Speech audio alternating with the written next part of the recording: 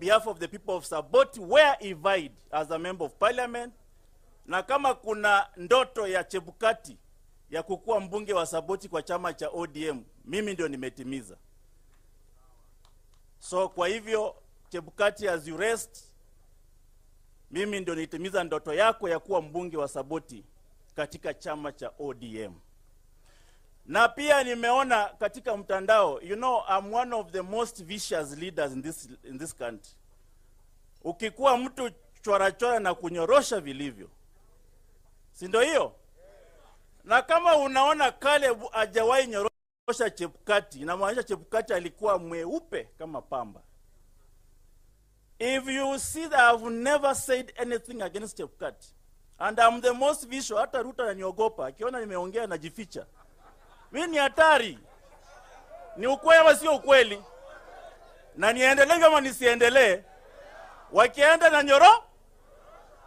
Sasa ukisikia siku nyorosha Chebukati, my friend, this was a clean man.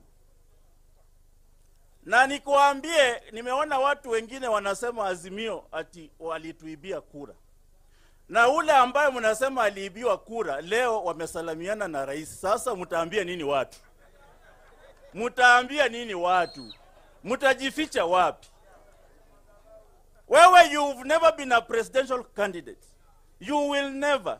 Your parents has never been. Maybe hata binguni you will never be a presidential candidate. Na wewe huko unaongea unasema tuliibiwa kura. Na ule ambao unatetea sai as we speak wanakunywa chai, wanacheka na Ruto State House. Utawaambia nini watu? Na waambia kwa heshima ya hii familia, for the trouble they have gone through, kama uliongea mbaya kwa Chebukati, na Mungu anajua watu wake, God has ensured that before we bury Chebukati, Raila na Ruto wamesalamiana ndio muone. Hiyo ndio, that's how God works. So kama wewe ulitusi Chebukati kana uko hapa, ukuji waambie familia yako pole kabla Mungu hajakuchapa kiboko. Come and tell the family sorry for talking things that you do not know about. Na wala ambao wataka kuja kwa siasa,